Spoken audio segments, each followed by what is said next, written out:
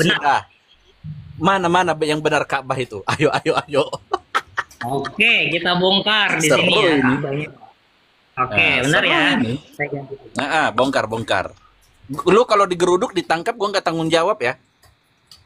Ya, saya tidak takut karena saya ada buktinya, Abang, gitu loh. Santai saja Oke, kita. bongkar, bongkar. Oke, di Bongkar. sini kelihatan nggak sih gambarnya? Gambarnya kelihatan nggak?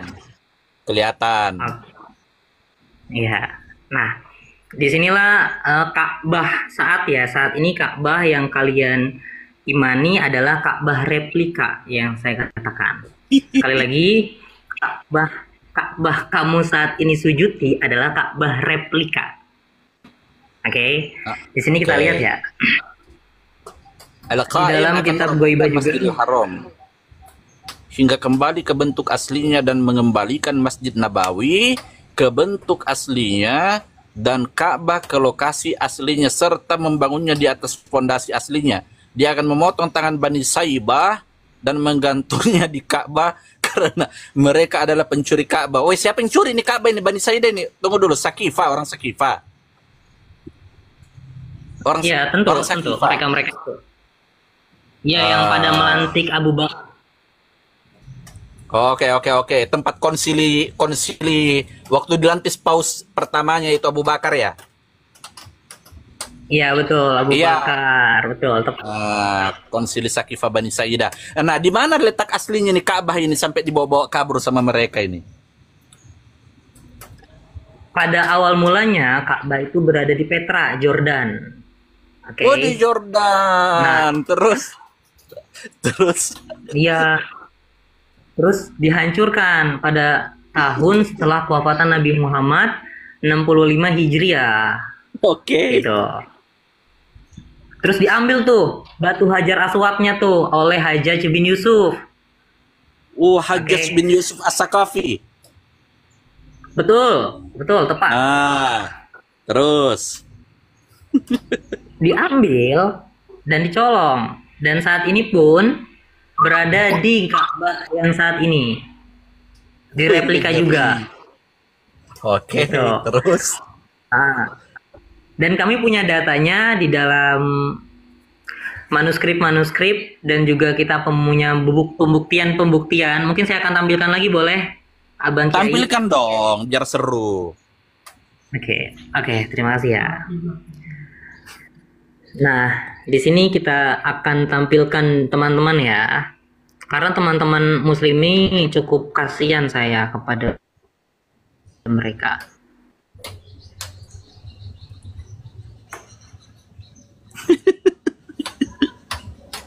Nah, Guys, aku tidak segila ini, guys. Ada yang lebih parah ternyata. bentar ya, aku jadi warna itu. Yang Oke. Nah, ini dia. Ini kita akan data statis masjid awal menuju Petra. Oke. Di sini kita lihat. Masa periode awal 622 sampai 722 Masehi.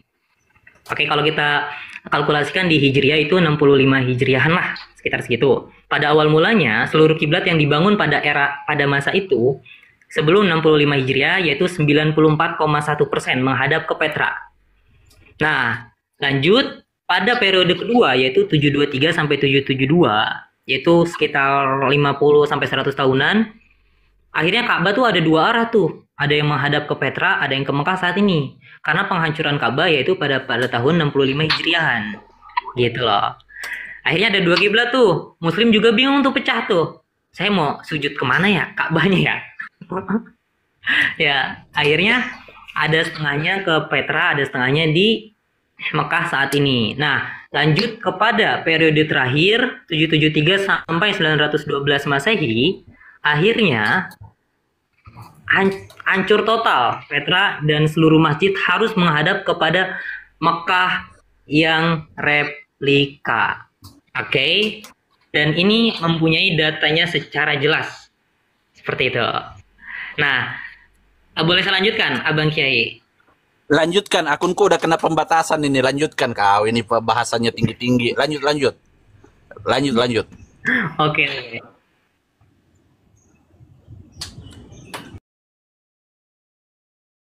Yang di bawah tap-tap Saya lanjutkan. layar dong. Nah, di sini juga arkeologi pun tidak membenarkan. Iya, yang di bawah tap-tap layar. Biar saya lanjutkan, saya tutup dulu pembuktiannya. Biar tap-tap dulu layarnya.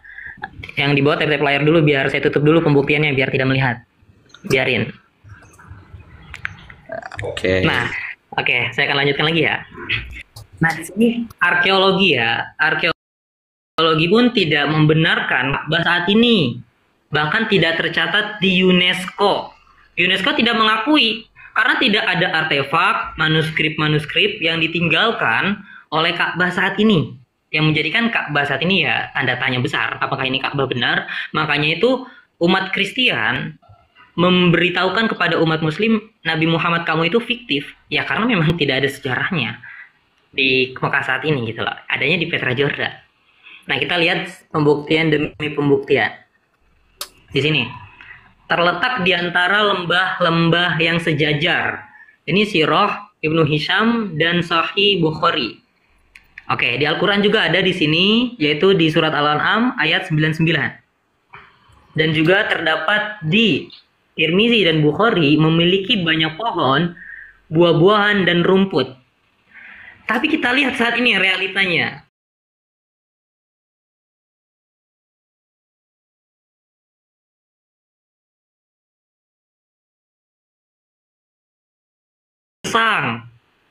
Jelas, sangat amat jauh dari kebenaran. Seperti itu, Abang Kiai. Siap. Iya. Oh berarti Atau kita mau ngobrol lagi? Sumbernya dari mana? Sumbernya dari mana itu? Sumbernya dulu dong.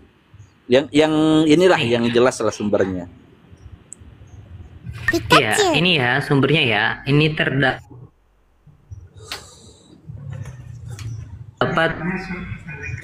iya, untuk detailnya lebih lanjut mungkin nanti ke dalam Telegram kami ya di bio saya nanti boleh lihat bagaimana Ka'bah ini adalah Ka'bah replika. Seperti Ka'bah itu. replika. Ya memang ini adalah bukan sembunyi-sembunyi lagi, saya juga sudah terang-terangan. Iya, KW gitu ya istilahnya. Oke. KW.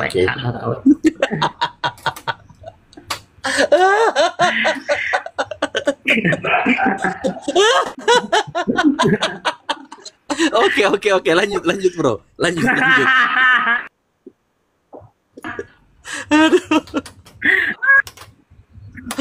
Oke. Iya, jadi saya kasihan sih sama orang-orang yang masih sujud sama itu, kasihan saya. Tapi tidak apa-apa, imani saja apa yang kalian imani. Saya tidak memaksa, namun kami tidak membuktikan dengan data.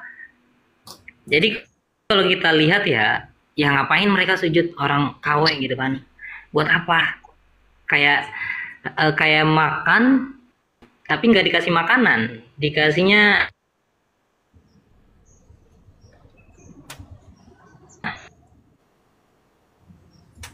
ya buah-buahan yang kayak mainan anak-anak gitu. Iya, sama aja nggak bisa Oke, tadi dimakan. batu Hajar Aswad itu Seperti dari mana asalnya itu? Oke, Hajar mungkin akan Aswad dibahas itu. lebih lanjut lagi. Mungkin setelah ini kita akan beralih kepada sebuah ulama.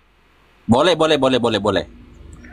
Hajar Aswad itu berasal Hajar Aswad itu berasal mulanya dari Nabi Adam ya tadinya ya. Lalu turun dan Nabi Muhammad menaruhnya di Ka'bah dan diambil pada saat peruntuhan Ka'bah di Petra tersebut oleh Hajjaj bin Yusuf. Seperti itu. Dan saat ini ya mereka sudah tidak mempunyai batu itu lagi, tidak ada batunya. Dan kalau kita lihat ya dari kitab Ahlul Bait menyatakan bahwasanya Hajar Aswad akan berubah menjadi manusia. Tapi nanti itu mungkin akan mengelirukan audiens, Kita rahasia dulu di sini, sampai di sini dulu. Ulama mana yang mau bantai tadi? Seluruh ulama, saya berani. Gas. Mau itu Ustadz Adi Hidayat, mau itu Somat atau Somai, Jengkol, saya berani semuanya. Bantai Ustadz Jengkol bro, bantai. Oke, pakai sambal gak nih? Oke, pakai sambal yang pedas. Oke, pedas. Oke, sebentar ya, saya kasih screennya dulu di sini. Nah, inilah yang Nabi Muhammad katakan, yaitu para ulama para ulama, saya tidak kira siapapun itu yang mengatasnamakan Nabi Muhammad, yang di mimbar-mimbar masjid mengatakan jauhilah dunia, namun ketika keluar dari masjid menggunakan Lamborghini. Apakah itu ulama atau seseorang yang hipokrit? Ulama atau seorang hipokrit?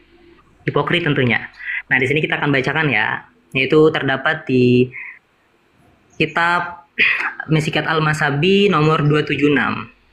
Dan ini juga sahih ya. Ya, ini terdapat Nabi Muhammad mengatakan, akan datang suatu masa di mana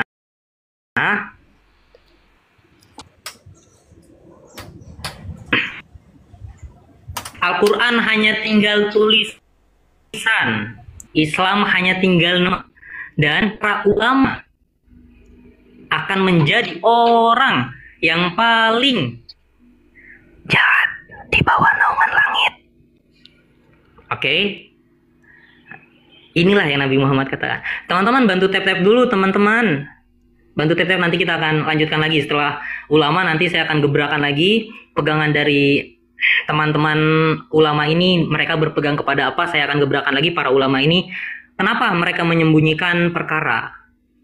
Nah, nanti kita akan beralih lagi. Silakan kita tap-tap gebrakan sore ini, di minggu ini, biar semua mendengar. Manusia mendengar, biar sikap daripada agama Islam ini bisa kita lenyapkan di muka bumi ini, karena sudah tidak sehat mereka ini. Oke, kita langsung saja lihat ya, di mana Nabi Muhammad mengatakan hal itu. Nah, sebentar, mana ya? Udah belum Mas ya? Lanjut aja ya? Lanjut aja. Gas aja, Oke. jangan takut bro, gas aja. Gas aja ya? Oke, gas aja. Oke gas teman-teman, kalau sudah 200 tap-tap nih, 200 tap-tap, 200.000 tap-tap, kita gasin nih. Kita gasin nih. Ini fitnah umat nih, umat Islam, itu para ulama bebenguknya nih. Saya tidak ingin ya. Terus. Weh, kena pelanggaran kau, Cuk. Wah, lu kena pelanggaran, guys. Weh, kena pelanggaran dia.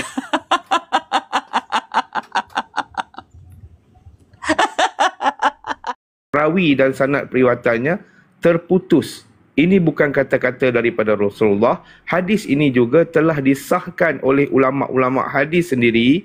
Ulama-ulama terdahulu menyatakan yang hadis ini mursal. Sanadnya terputus. Jadi kenapa umat Islam berpegang kepada pegangan Al-Quran dan Sunnah yang rujukan hadisnya berada di dalam Al-Muwatta? Sedangkan di dalam 6 kutubus sittah amat jelas hadis yang sahih dan mutawatir, Rasulullah berkata, berpeganglah kepada kitabullah dan itrah Ahlul Bait. Ini persoalannya Abang Mi Aceh.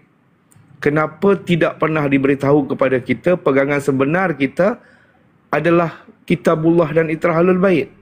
Contohnya di dalam hadis riwayat Ahmad 1135, Tirmizi 3788, Muslim 2408. Sila Abang Mi Aceh.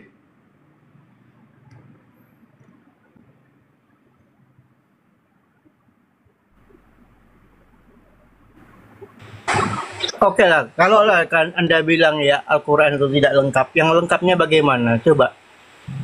Ya, sebentar bang ya. Tadi kita bincangkan dulu tentang pegangan utama.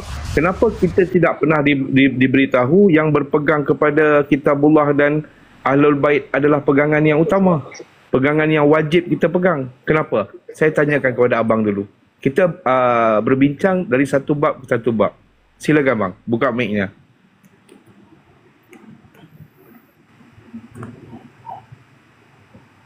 Ya, saya minta buktinya, mana Al-Quran yang lengkap? Di mana? Ya, sekejap. Saya mau tanya. Sebentar bang, saya tanyakan abang tadi tentang pegangan utama. Kenapa kita tidak pernah diajarkan tentang berpegang kepada kitabullah dan itrah Ahlul Bait adalah pegangan yang sahih dan mutawatir? Kenapa bang? Persoalannya kenapa sekarang? Kenapa mereka menyembunyikan kebenaran ini, para ulama? Ulama yang mana bang? Kesemua ulama, sebab apa? Mereka sentiasa memberitahu kepada seluruh umat Islam yang pegangan yang benar adalah Al-Quran dan Sunnah. Sedangkan itu hadis yang mursal yang tidak benar bang. Yang benar adalah kitabullah dan itrah ahlul bait. Kenapa? Buktinya ada ni di depan mata ini. Di dalam hadis riwayat Ahmad, Tirmizi dan Muslim. Kenapa bang? Ya tunjukkan dulu Al-Quran yang lengkap itu seperti apa. Tunjukkan dulu. Kenapa? Saya tanya kenapa? Saya tanya kenapa pegangan utama. Abang fokus bang ya. Saya tanya pegangan utama, kenapa bukan kita ya, menurut Anda pegangan utama itu Al-Quran yang lengkap. Seperti apa Al-Quran yang lengkap? Coba. Al-Quran sekejap lagi kita bincangkan. Baik, sekarang kita berbincang tentang pegangan utama terlebih dahulu. Pegangan Al-Quran itu Al-Quran, pegangan kami. Yang lengkap itu seperti apa? Okey, kalau abang kata Al-Quran itu pegangan yang benar dan sunnah, boleh buktikan tak daripada hadis mana yang abang ambil? Kita buktikan. Kami telah membuktikan ya, Anda yang membuktikan bahwa Al-Quran itu tidak lengkap di mana dan lengkapnya di mana. Sekarang ni abang faham tak? Fokus bang. Tadi kami dah buktikan yang pegangan utama Al-Quran dan Sunnah itu bukan pegangan yang benar. Abang kena pula bantah kami punya pernyataan di manakah hadis yang mengatakan Al-Quran dan Sunnah itu adalah pegangan yang benar. Sila buktikan bang. Mana nombor hadisnya? Buat apa saya membuktikan hadis? Kalau abang naik dekat sini, hadis itu. Kalau abang naik dekat sini, abang tak bagi bukti, macam mana kami nak berbahas dengan abang? Sedangkan abang tidak mampu memberikan bukti kebenaran yang mengatakan Al-Quran dan Sunnah itu adalah pegangan yang benar. Pernyataan Anda tentang agama, tentang Al-Quran yang nggak lengkap. Apa yang maaf ya. Abangnya nggak ada data dan bukti buat apa? Sebentar bang, lagi azan. Sebentar ya. Iya ya, karena pada akhirnya kalau kamu tidak mengikuti Imam Al-Mahdi yaitu Ahlul Bait, kamu akan mati jahiliyah. Silakan, kamu mau mengikuti Imam Al-Mahdi bagus, beriman. Kalau kamu tidak mau mengikutinya silakan mati jahiliyah. Sebab ini yang Nabi Muhammad katakan penting, ini penting sekali. Barang siapa meninggal tanpa mempunyai seorang utusan di kepalanya atau seorang imam di zamannya, dia meninggal sebagaimana orang jahiliyah. Ya kan? Kedudukan dari seorang utusan ini begitu penting. Kalau kamu tidak beriman kepada Nabi Muhammad di zamannya seperti para sahabat mungkin beriman, ya kamu harusnya seperti para sahabat, ikuti Nabi Muhammad. Di era Yesus ya kamu mengikuti seperti Khawariyun, 12 orang murid. Dan saat ini eranya Imam Al-Mahdi. Mungkin kamu berandai-andai, mungkin saya di zaman Nabi Muhammad saya akan beriman kepada Nabi Muhammad. Belum tentu. Saat ini eranya Imam Al-Mahdi. Kamu beriman atau tidak? Ya bebas, kalau kamu mati jahiliyah ya silakan. Kami tidak memaksa kamu untuk masuk ke dalam agama kami. Oke? Oke, Abang Leo mungkin ada pertanyaan lagi? Ya, lagi azan sebentar ya Bang ya. Sebentar. Oke, Abang Metatron mungkin ada tambahan? Ya, kalau kita lihat hadis-hadis sebab apa kita perlu berpandukan utusan, hadis-hadis di dalam Ahlussunnah wal Jamaah ini banyak yang menunjukkan pemahaman Islam ini kepada pegangan mafia. Contohnya halal darahmu, mereka katakan, oh halal darahmu. Sedangkan itu bukan kata-kata daripada Rasulullah, tetapi untuk menakut-nakutkan umat atau menakut-nakutkan orang lain, mereka mengatakan yang hadis itu adalah sahih. Sedangkan kita tahu kepimpinan Rasulullah tidak pernah menumpahkan darah semasa menakluk kota Mekah. Yang berlakunya peperangan di zaman Rasulullah, itu orang daripada negara lain datang untuk menyerang Islam. Ini amat luar biasa sekali penyelewengan yang berlaku. Menunjukkan yang agama Islam ni bukan harmoni, bukan sejahtera. Okey, Abang Leo, lanjut. Ya, Assalamualaikum Bang semuanya ya. Waalaikumsalam warahmatullahi wabarakatuh. Ya, saya izin ya mau itu sedikit keluhan atau apa.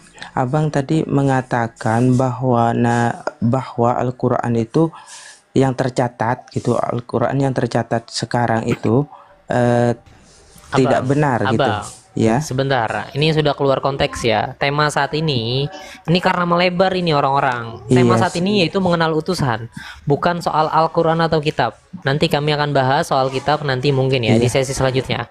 kita runut dulu kepada tema saat ini, yaitu mengenal utusan. Soalnya gini Bang, ini menyangkut tentang orang tua yang lebih dulu-dulu yang sudah meninggal gitu kan, yang dianut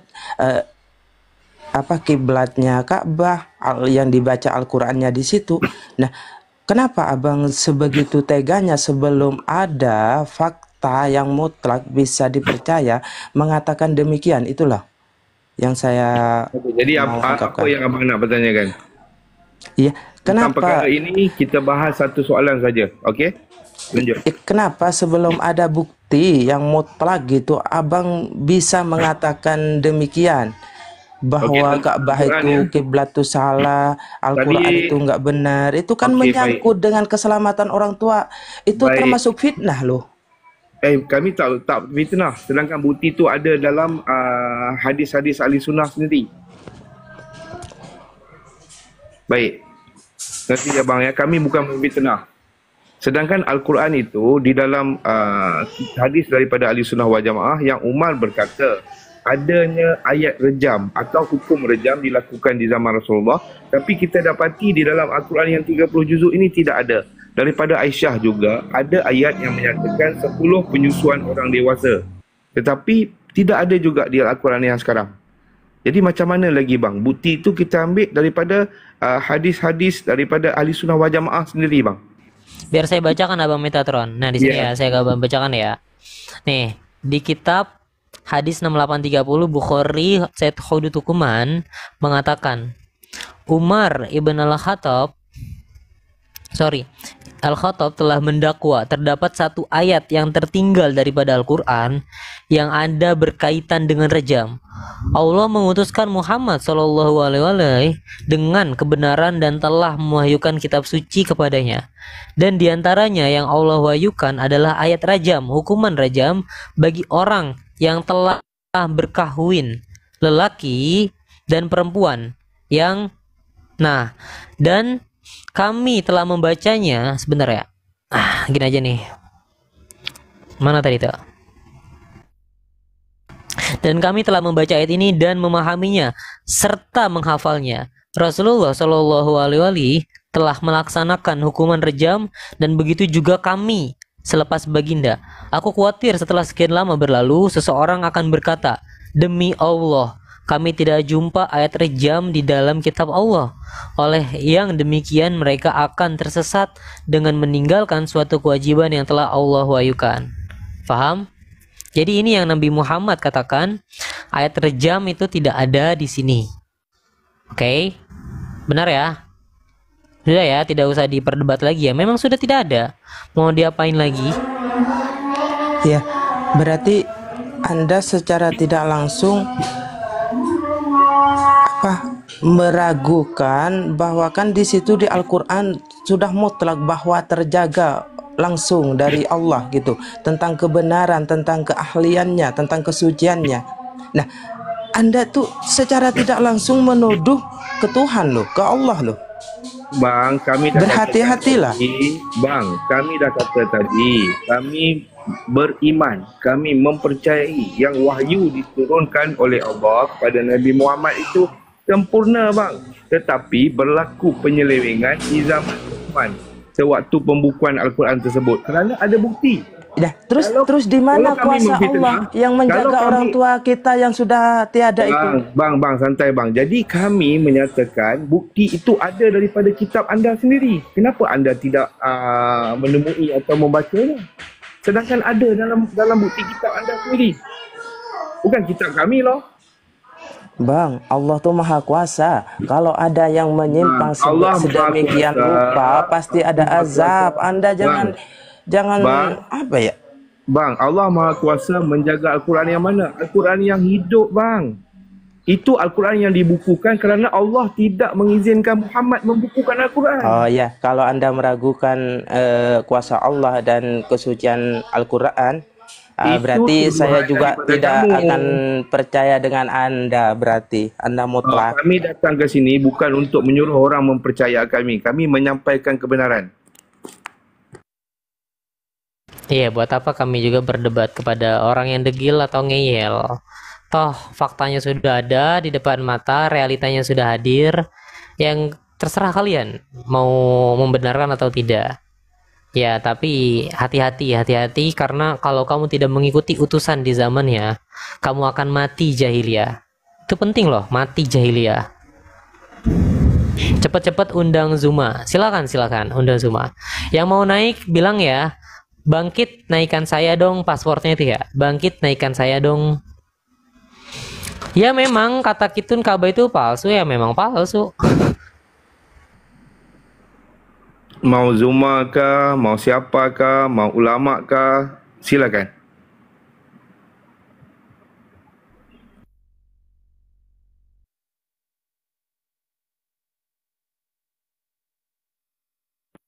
Miko Hizikia.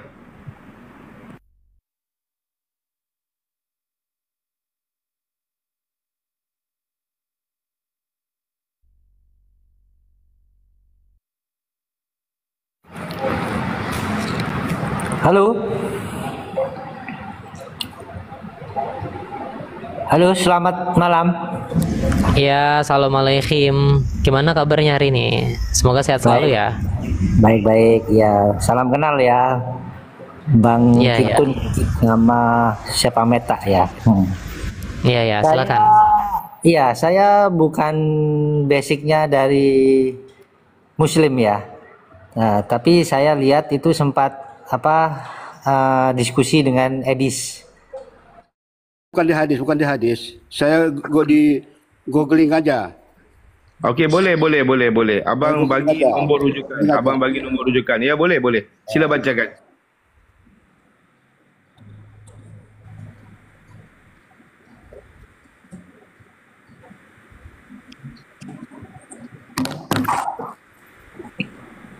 Ini ya.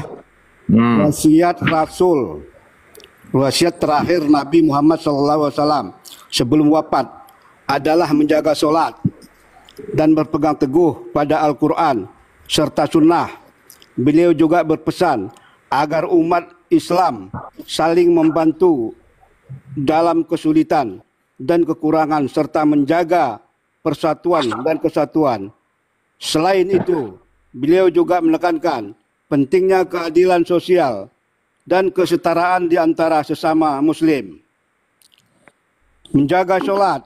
Solat adalah ibadah pertama yang diwajibkan dan akan dihisab pertama kali dari seorang hamba.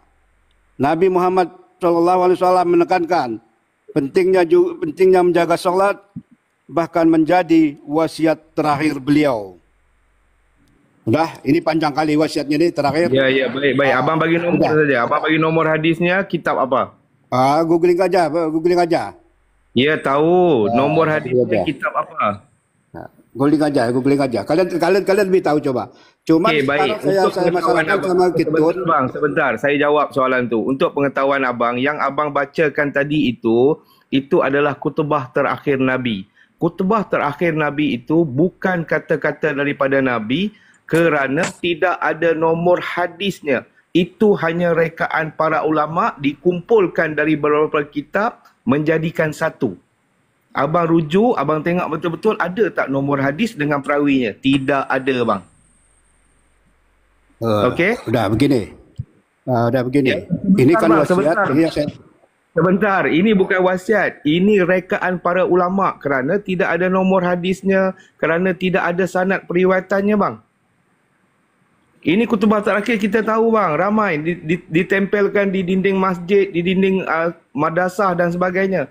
Tetapi tidak ada nombor hadisnya langsung. Ini hanya rekaan para ulama yang dikumpulkan daripada beberapa kitab menjadikan satu. Kok ini wasiat? Ya, ini wasiat. Ya, nombor hadisnya, bang. Nombor hadisnya berapa? Dengar dulu. Kalau hadis itu kan dibukukan setelah Rasulullah wafat. Ya. Makanya ini tidak dibukukan dia. Ya, kalau tak dibukukan sekarang begini aja. Bang, nanti dulu bang. Abang buktikan dulu dalil dan nombor hadis tersebut. Kerana kami di sini membuktikan data yang valid. Data apa? Ya, tadi saya telah katakan pegangan utama daripada hadis riwayat Ahmad 11135, Tirmizi 3788, Muslim 2408. Abang bacakan wasiat yang panjang itu tetapi tidak ada nombor hadisnya. Adakah ini kebenaran? Yang Bapak sampaikan itu apakah sudah kebenaran? Ya, sebab berada di dalam 6 kutubul sitah, pegangan utama umat Islam Ahlussunnah wal Jamaah. Yang abang sampaikan itu tidak ada nombor hadisnya. Adakah itu kebenaran? Banyak kitab kuning juga ada kebenaran, enggak pakai nomor hadis. Ya, okey, abang buktikan nombor hadisnya berapa? Tidak, ini bukan hadis, ini bukan hadis saya bilang ya. Ya, habis tu kalau tak hadis abang percaya buat apa? Ya, kitab. Abang percaya membuta tuli, Saya tidak ada percaya, saya tanya ulama kami. Jadi itu memang mana nombor hadisnya? Bang, minta maaf bang, nombor hadisnya duluan, sanad periwayatan. Ini bukan hadis. Ini bukan hadis. Bukan hadis, abang pegang buat apa? Dari ulama. Ulama, iyalah ulama ambil daripada mana? Ya ulama. Ulama dari apa? Iyalah buktinya mana? Bukti nombor hadisnya, perawinya mana? Ya, macam mana ni dibilang ni? Sudah minta bukan hadis berarti bukan nomor. Iya, saya faham bang. Jadi buktinya abang kena bagi tahu nombor hadisnya berapa. Ini bukan hadis, ini bukan hadis. Kalau hadis, kenapa abang pegang? Saya tanya, kalau hadis, kenapa abang pegang? Oh, kami berpegang. Ustaz juga tidak pakai nomor, juga kami berpegang. Ya, kalau ustaz tu tipu, abang Ustaz. Kalau ustaz tipu, abang ikutlah. Jangan, itu kamu menghina. Ya, bukan menghina, ya betul lah. Kalau tak ada nombor hadisnya, Kamu hanya menghina. Ustaz penipu kau bilang. Kalau ada oknum ustaz yang salah, oke. Tapi ustaz penipu Udah. Nggak usah rame-rame di sini. Kalau abang sudah mempercayai apa yang abang pegang, silakan. Kami tidak ingin mendebat. Sebentar. Sudah. Nggak usah rame-rame di sini. Kami sudah benar, legit 100% di atas kebenaran dan kami tidak ingin debat. Kalau kamu mau apa yang kamu yakini, silakan. Toh faktanya, kamu tidak beriman kepada utusan, kamu akan mati jahiliyah. Itu yang Nabi Muhammad katakan, itu yang Nabi Muhammad berikan. Silakan. Mau mati jahiliyah ya monggo, mau mati dalam keimanan ya bagus. Kami tidak membutuhkan akan hal orang-orang seperti itu, ngeyel. Imam Al-Mahdi tidak membutuhkan orang seperti itu. Justru kamulah yang harus mencari Imam Al-Mahdinya. Oke, yang mau naik silakan ya. Yang mau naik silakan, kami akan naikkan kepada kalian. Bangkit naikin dong gitu ya. Bangkit naikin dong.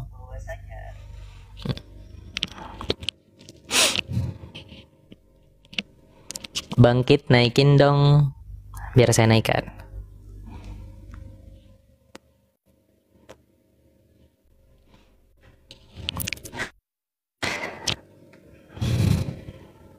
Kenapa diturunkan abang? Tadi dia belum habis ngomong kok. Dia ngomong tapi nggak ada narasinya, nggak ada narasi yang disampaikan. Nomor hadisnya. Oke, betul. Nggak ada narasi hadisnya yang ia ucapkan. Sama aja membual. Buat apa? Kalian berpegang kepada sesuatu yang membual gitu loh.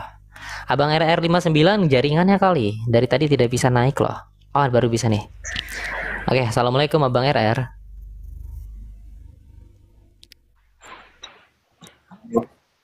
Ya, halo, assalamualaikum. Jelas ya, Bang? Ya, waalaikumsalam. Apa kabar hari ini? Semoga sehat selalu ya. Mas, saya tanya aja.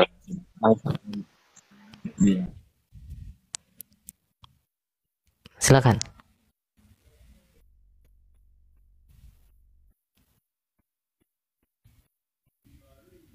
Abang minta tolong, ada suara aku nggak sih? Ada.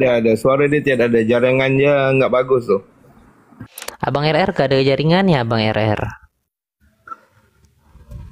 Suaranya nggak ada, Bang RR. Mungkin ada yang mau naik lagi. Silakan yang mau naik lagi ya.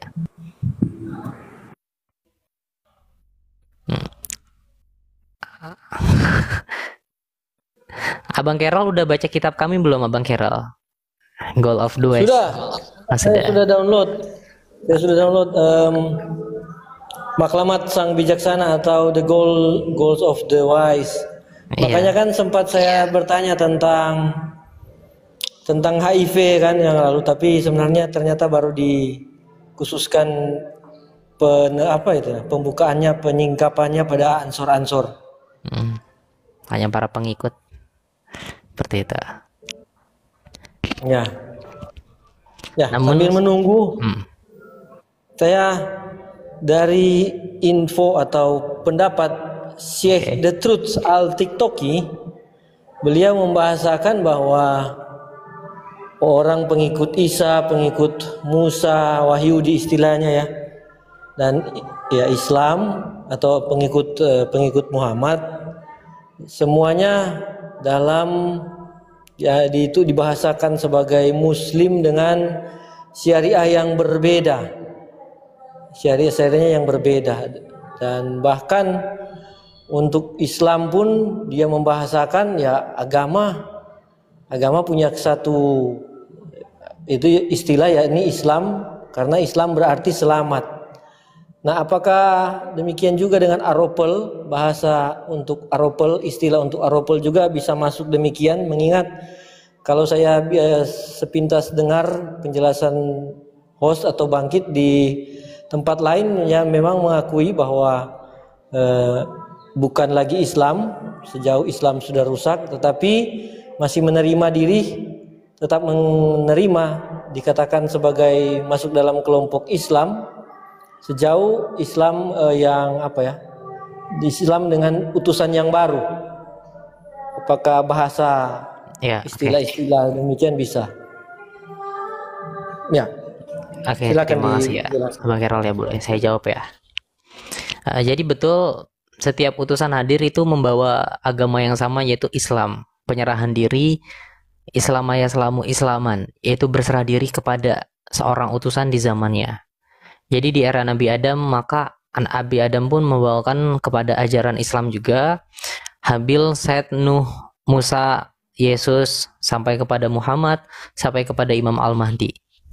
Nah, makanya kami menghargai perbedaan agama, bukan kami menghargai para ulamanya, kami menghargai agamanya, seorang utusannya, figurnya, sosoknya. Karena figur-figur ini yang membawakan agama tauhid, yang membawakan agama monoteism, agama yang membawakan keislaman tersebut. Oke. Kami tidak membenci agama atau seorang figurnya, kami membencinya kepada para pemuka agama yang telah menyelewengkan agamanya itu sendiri setelah kewafatan setiap utusan hadir. Setiap utusan hadir itu agamanya pasti terseleweng, menjadi 2 kubu lah atau menjadi 3 kubu, itu pasti. Namun kita fokuskan kepada sosok figurnya yang harus kita hargai, yang harus kita hormati. Gitu. Dan kami meyakini bahwasanya kami berada di dalam ajaran yang satu rasi atau satu kesatuan daripada Nabi Adam sampai kepada Nabi Muhammad sampai kepada Imam Al-Mahdi. Dan inilah yang menjadikan kami bukan berarti kami mengkafirkan seseorang, tidak bisa, karena itu juga seorang nabi. Karena kita tidak bisa mengenal Imam Al-Mahdi tanpa ada seorang nabi sebelumnya atau utusan sebelumnya, Nabi Muhammad. Sama halnya umat muslim pun kamu tidak boleh mengkafirkan agama Kristen, karena tidak ada akan Muhammad kalau tidak diutus oleh Yesus. Kalau kamu pengikut sejati daripada agama Islam, kamu harus membenarkan Yesus itu Mesias. Kalau kamu sejati daripada agama Islam, kamu harus membenarkan Nabi Muhammad mengutuskan Imam Al-Mahdi. Gitu loh. Jadi kami dapat mengkonfirmasi diri kami adalah Islam yang sejati, kami adalah Kristen yang sejati, kami adalah Yahudi yang sejati. Faham ya? RR 59 mau naik lagi. Dia kata jaringan dia dah okey.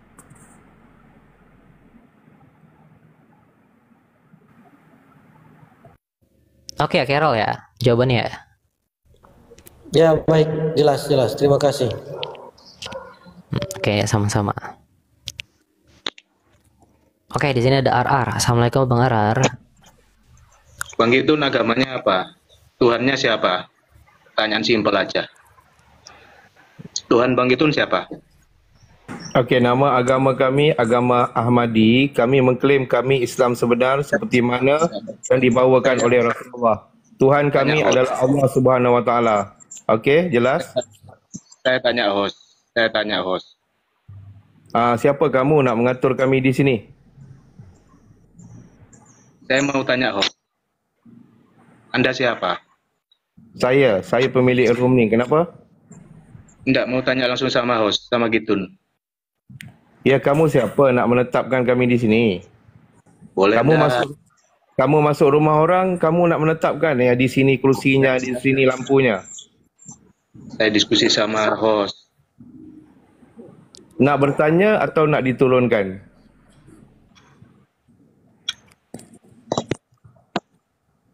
Penyesat kau ini. Tahu nggak Mudah kau? kan? Mudah kan? Penyesat. Dekat mana yang sesatnya? Udah. Kita tidak perlu orang-orang ngeyel gitu ya. Agak rumit. Kalau datang ke sini harus menggunakan adab ya umat muslim ya. Malulah agama Kristen dari tadi bertanya dengan sopan. Abang Carol juga agama Kristen, Abang Carol ya. Ia masih mengkaji seruan kami, namun adabnya juga kami hormati. Jadi bukan berarti kamu naik ke sini ya kamu harus menggunakan adab juga. Kami dengan Abang Metatron satu kesatuan ya saudara, karena aku Abang Metatron, ini bapak saya Abang Metatron ini. Ya Bang ya. Pak. Benar-benar. Abang Metatron bapak saya ya. Kalau ada yang bertanya bapaknya mana ini? Abang Metatron bapak saya. Oke, cukup selesai di sini dulu ya. Nanti malam mungkin kita akan membahas soal hal-hal yang masih baru ya, yang kamu masih belum mendengar mungkin bab ini.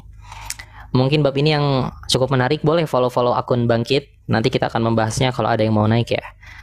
Beberapa orang aja nanti yang akan membahasnya. Boleh bantu follow Abang Bangkit ini. Di dalam Al-Quran juga ada ayat-ayat reinkarnasi, ada pasti. Kita akan bongkar satu persatu. Ada yang minta linknya di bawah. Boleh bagi tahu tu dalam Pustaka Ahmadi di Telegram, abang boleh download @Pustaka Ahmadi. Iya.